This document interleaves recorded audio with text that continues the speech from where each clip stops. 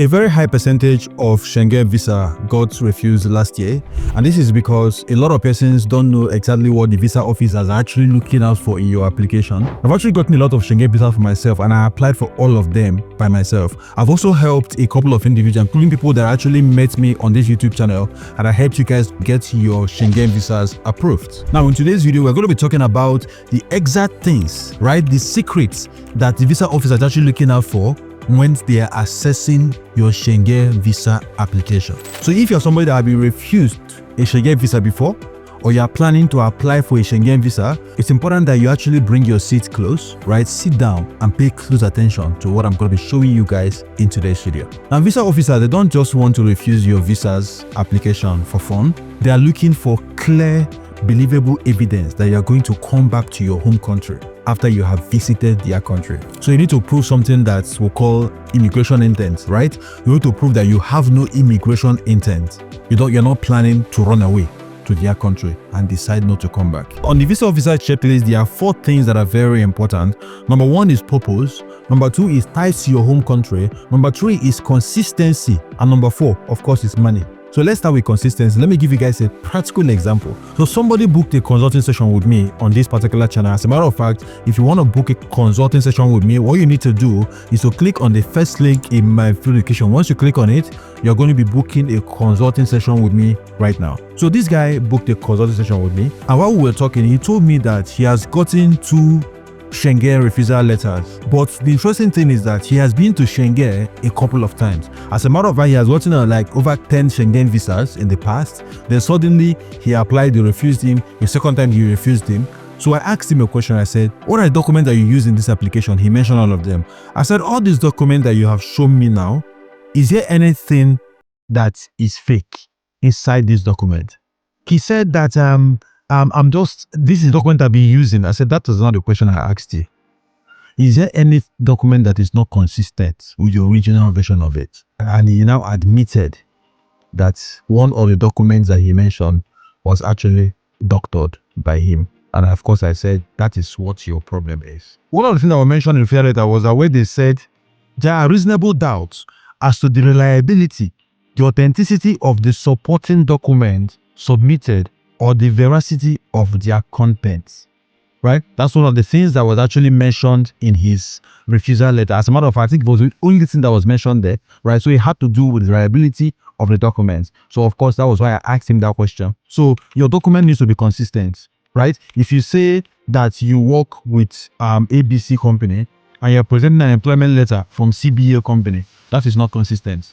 If you say your employment letter says that they pay you 500,000 every month, and you are filling the form that your income every month is 600,000, there has to be some form of explanation for that. Otherwise, that is not consistent. The consistency of documentation is actually very, very important, right? They pay attention to those things as well. Now, personally, I think ties is one of the most important things that they actually pay attention to, because when you have a tie in your home country, right, this is actually proof that you're coming back. You have family, you have your wife, you have children, you have mother, you have father, you have a business, you have people you pay salary to, you have a job that needs you to be there, stuff like that. There's a very, very low chance of you deciding to become an illegal immigrant when you actually travel to their country, right? So some of the ways to explain these ties is your employment letter. Very important to actually show that you have a job, right? Promotion letters, if you have those, right? Your pay slip from your company or from the agency that you work with, showing your deposit, your salary deposits, right? If you have kids, your children birth certificate, your marriage certificate is also very important. Stuff like that. That actually proves that I cannot run away from my country because I have these things to go back to. As a matter of fact, my first Schengen visa was actually refused, right? And this is the refusal letter that they gave me. It says the consulate of whatever in Lagos, this visa has been refused. This was addressed to me. So the reason that they gave is that you have not provided proof of sufficient means of subsistence for the duration of the intended stay, or for the return to the country of origin or residence, or for the transit to a third country into which you are certain to be admitted. That's number 1 reason. They also said the information submitted regarding justification of purpose and condition of your intended stay was not reliable. I mentioned purpose initially, right? I'm going to be talking about that. Of course, I also mentioned proof of funds, right? Funds, very important, that you actually have money to undertake this trip. Now, they also told me that there are reasonable doubts as to the reliability and authenticity of the supporting documents submitted or the veracity of those documents. Consistency. You mentioned that earlier. Now, they also said there are reasonable doubts as to your intention to leave the territory of the member state before the visa expires. They are not sure that I'm going to leave the member state before the visa expires. And now they also said that you may appeal against this decision to refuse a visa to the deputy, the address, and all of those things within 30 days of your this and all of that. Now, I looked at my application. I asked myself a single question: is this application strong enough to win an appeal?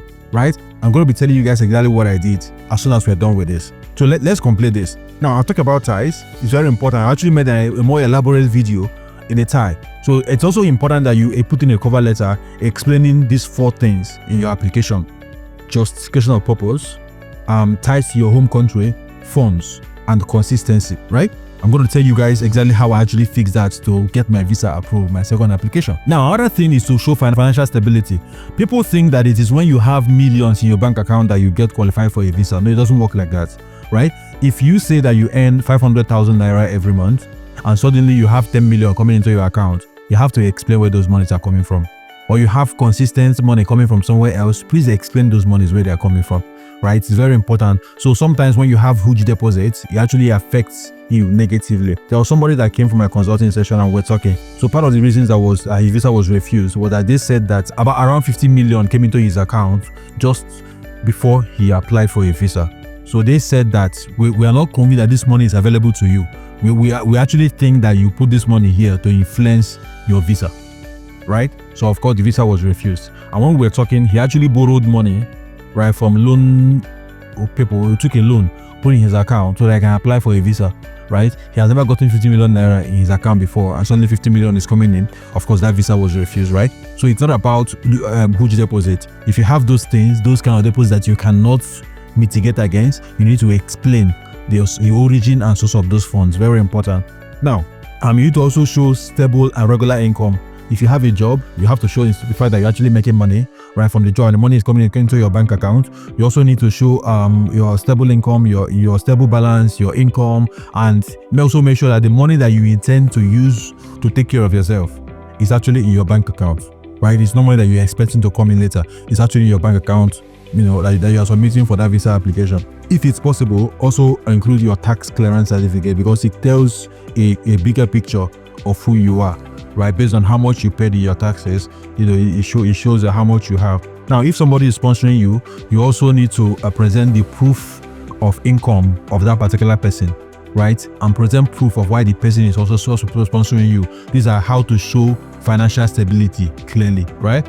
So let's go to consistency. Another thing about consistency is that when you are actually applying for a Schengen visa, you need to provide accommodation, which you can actually book on bookings.com. I've shown you guys how to do that. If you don't know how, let me know. I won't hesitate to actually make another video for you guys. So you make a booking on website like booking.com or on your other website. Now, you don't have to pay for those accommodations. You also book your flights, right? Also very important. You don't have to also pay for that flight. It's just the booking that they actually need. So it's important that you use verifiable bookings, right? You can go to the airline website directly and make these bookings, or you can go to Dummy Ticket. As a matter of fact, I've actually put the link to Dummy Tickets. That's the second link pinned in my comment section. You can go there and book a ticket, a dummy ticket that is actually verifiable. I think it costs about $5 to do that, right? As a matter of fact, if you want me to actually make a video showing you guys how to use Dummy Ticket, let me know in the comment section, and I will not hesitate to actually make that video for you, those of you guys who are interested, right? So when you fill up this application form, they're also going to be asking you where are you going to be staying, right? So the address of your booking and all of those things is what you need to input on that visa application form.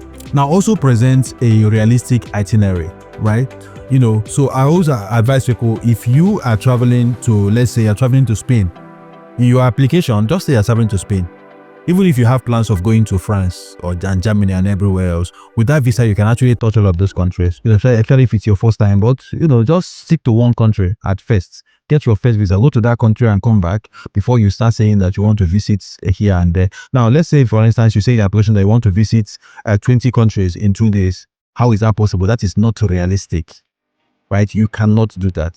So make realistic plans, and be clear about what it is and how many days and why you're actually spending in those countries. Don't think that you want to go to Germany, then from there you go to Spain. You need to present why you are actually doing this. Is it for the vacation? Is it for whatever it is, right? Very important. Now, it's also important that your documents tells a single story, right? So you have a bank balance, you have a leave letter from your company to cover the time that you're actually traveling. You also have an itinerary, your plan, your flights and everything to actually match that particular one. As a matter of fact, I saw somebody that was refused a visa because he said that he's going to be arriving in the country on so and so date, but on his flight booking, the flight booking was showing a completely different dates and months. Right, of course, the visa was refused because his documents were not telling a single story. Right, you need to pay attention to things like that. So, and if you say you earn $1,000 every month, right, and somehow $10,000 is coming into your account every single month for the past 3 months, right? It doesn't make sense. It doesn't make sense. So you need to actually find time to explain that. So, and one of the things that's going to help you, right, is something called cover letter, right, which will also help you, right? I'm going to be explaining that to you guys in a jiffy, but let me show you guys exactly how I was able to overcome this refusal that was given to me by Schengen, and of course I got my visa approved, right? So in my first application, this was the cover letter I used for that application. But this was the cover letter I used for that application. This thing right here, right? So you see, I just explained this application as like a big man, because I felt like I've been to UK a couple of times. I've been everywhere. These are we're not going to refuse me visa, but of course they still refused me, right? So this is, you see how short it is. I didn't explain a lot of things right here. Now, but when I got this refusal letter, right, I took into cognizance all of these things that they mentioned. That is their reason, and I wrote this cover letter. This was the one I now used. That got me. I got my visa approved. This one right here. Actually, 2 pages. Right? You know, so, and I'm going to read parts of these cover letters to you guys to understand the structure. As a matter of fact, I actually plan to make a video where I would dissect the cover letters I've written in the past for clients to actually help you understand how to write cover letters, right? You know, so we're going to be going through a lot of cover letters, you know, dissect all of them, and, you know, so you understand how the structure and the template of writing a cover letter. If you want to see that video, let me know in the comment section, and I will not hesitate to actually hurry that video up so I can make it for you guys. And yeah, so I said my last application, I wish to take a 14-day vacation to this country. Okay, so I'm going to be using, I'm going to use, let's say this is Portugal. I'm going to use Portugal for as an example. I wish to take a 14-day vacation to Portugal, which is why I'm making this application. My last application was refused, which is why I intend to address all the issues raised in the refusal letter I got. Number 1, proof of subsistence. That is funds, that I have money to take care of the trip. That's what it means, yeah? So I said, my name is so and so person. I'm the man behind this YouTube channel. I present my YouTube channel, not this one, the other one. This channel currently is the biggest in Nigeria at 323,000 subscribers. That was the number then. Right now, we're over 500,000 subscribers, you know. When it comes to providing ways to legitimately build a successful online business and all of those things, my earnings are between so and so amount to so and so amount, as evidence in my US dollar account with account number and bank balance with this bank. I mentioned all of those things there. Beyond the YouTube ad revenue, I also help organizations promote their businesses on my channel. As of today, my least fee for a sponsored video is so and so amount of money. I have worked with a lot of organizations, including the French-based, I mentioned one of the biggest tech companies in France that I've actually worked with, right? And how much they paid me. And I attached the email conversation with the CEO of that company, right? To prove my subsistence, right? You know, that's what I'm doing right now. I have attached the email connection of so and so person, who is the CEO and founder of so and so company. And the invoice for that transaction is attached to this application. This is me proving my subsistence. The core of my business, however, is so and so thing, which is mostly what I do. And I sell this and this and that and all of those things. So I have dealt with subsistence. I have proven that I have money and where my money is coming from to take care of my trip. That's one. Now, another thing that I mentioned is reliability and justification of purpose, right? And I went again. My approach for the last few years has been to travel to a few countries every year, which is why I visited South Korea last year, United Kingdom and Kenya in 2022, South Africa in 2021. I have attached these travel histories to this application. Justification of purpose, right? So I'm justified to take this trip because I've been taking trips like this in the past, okay? So I aim to travel the world in my lifetime and this and this and that, and just, you know, I also understand that overstaying my visa at any point in any country or doing this or all of that. Honestly, I want to take pictures and make videos so I mention all of their landmarks in their country that I actually want to really visit, right? Now, attached are the hotel bookings made on bookings.com and return flights I booked on Ethiopian Airline. So I was actually mentioning exactly where I got those documents from, because I don't understand that they think it's not reliable. So I'm actually proving the reliability of those documents. Yeah. Authenticity of supporting documents. All the documents submitted are authentic, as I booked my flights and hotels myself, as I have done for all my other visas to other countries. Should you have concerns about the authenticity of my bank statement, below are and I'll get them how to confirm my bank statement in real time. Right? This is me providing proof. And my plan was that if this particular application gets refused, I will go for appeal. That was my plan for this particular one. Intention to leave Portugal. I pulled in about so and so amount of money in revenue in my business right here in Nigeria. And one of the things I enjoy in Nigeria is this. My workers and this and that, talk about that a bit, how many people that work for me and all of those things. And I'm setting up a new office where I intend to hire more staff. This will help me 3x what I did last year, right? My point is that it will be stupid of me to choose to become an illegal immigrant in your country, where I obviously have a very successful business to run right here in Nigeria. I also own a couple of real estates and this and that and all of it. Finally, let me register my availability and willingness to provide more information or make myself available for a physical interview should the need arise. Thank you, as I anticipate your favorable response, and I'll sign my name and all of those things. And guess what? This particular visa got approved, right? Because I took into cognizance these 4 things I mentioned in the beginning of this video, which are purpose, funds, ties to your home country, and consistency. So my whole application told a singular story. So your cover letter is your secret weapon, right? And we can actually help you write that cover letter for you, right? But cover letter writing actually starts with booking a consulting session with me, because I need to talk to you, understand your circumstances, so I will know how to approach. I cannot copy somebody's cover letter and paste on you, because I need to understand you are unique and your situation is unique, right? So we need to understand you first before we actually get to that point. So we can write a cover letter for you, we can do application for you, and of course everything starts with a consulting session, as a matter of fact, right? So your cover letter is actually your secret group one, and you must explain your reason, your ties, and any unusual details. Very important. Yeah, the truth of the matter is that officers are actually obligated to read those cover letters, right? They make a decision based on what you have given to them, So, and another thing is that your cover letter must complement what is on your visa application form, because if you say, or whatever you put in your visa application form actually supersedes every other documentation that you actually break. So your documentation should collaborate what you put on your visa application form. Is very important, right?